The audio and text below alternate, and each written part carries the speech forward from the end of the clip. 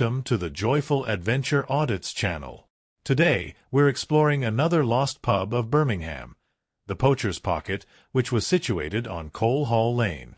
Originally a farm building called Coal Hall Farm, it was converted into a public house by Banks Brewery back in the 1980s. This marked a significant shift, as it helped break the long-standing monopoly of the pub scene in Birmingham, previously dominated by Ansell's and Mitchell's and Butler's breweries. Interestingly, the Poachers Pocket is a Grade II listed building dating back to the 18th century. It was initially known as Coal Hall Farm and later changed its name to the Poachers Pocket. Notably, the site was once a moated area but eventually became a sewage works around 1900. Over the years, the building has served various purposes. After operating as a members-only pub and banqueting suite for weddings, it later transitioned into a nursery/school. Remarkably, the building still stands today in 2024, currently functioning as a nursery school. The history of this site is deeply rooted in the local area. The River Cole, which bears one of the oldest names in Birmingham, refers to hazel trees, a nod to the region's Celtic heritage and the significance of hazel in various traditions. Nearby, Cole Ford was an important river crossing on Coal Hall Lane, part of the route from Yardley to Castle Bromwich. The first reference to the bridge, Collebrug, dates back to 1405, but it's believed that a crossing existed here from the earliest times. In the 18th century, Coal Hall Farm covered an impressive 40 hectares of farmland. Later, the land was acquired by Solihull Sanitary Authority for use as sewage filter beds, and the farmhouse served as offices. After the sewage farm was decommissioned, the area was landscaped in the 1970s, and the farm buildings were converted into the Poachers Pocket Public House, which opened in 1984.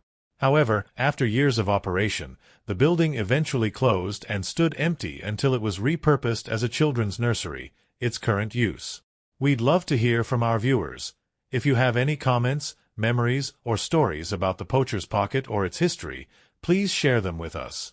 Your personal experiences and insights are invaluable in preserving the legacy of these lost pubs and their significance in the local community.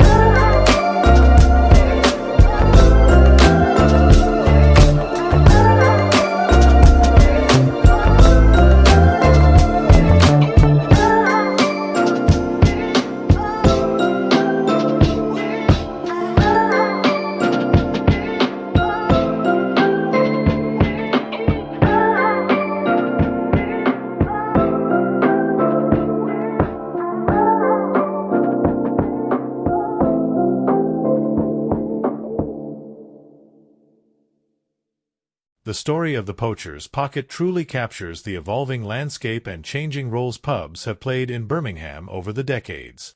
What began as a historic 18th-century farmhouse transformed into a pub in the 1980s, breaking new ground by offering an alternative to the brewery giants that had long dominated the city's pub scene. Its journey from a moated medieval site to a sewage works facility to a popular community watering hole highlights how these establishments often became catalysts for progress and social gathering spots at the heart of local life. And now, having found new purpose as a nursery school, the Poachers Pocket building continues to serve Birmingham in an entirely different but no less vital way for families. Pubs like this are windows into Birmingham's rich history and the tales of how the city has reinvented itself over time. Their rise, fall, and unexpected renaissance as something new is a fascinating recurring cycle to explore. Which is exactly why we've made it our mission here on the Joyful Adventure Audits channel to chronicle the lost pubs of Birmingham through this ongoing series. These buildings and businesses were so much more than just places to drink. They were community cornerstones whose stories are intrinsically woven into the fabric of the city itself.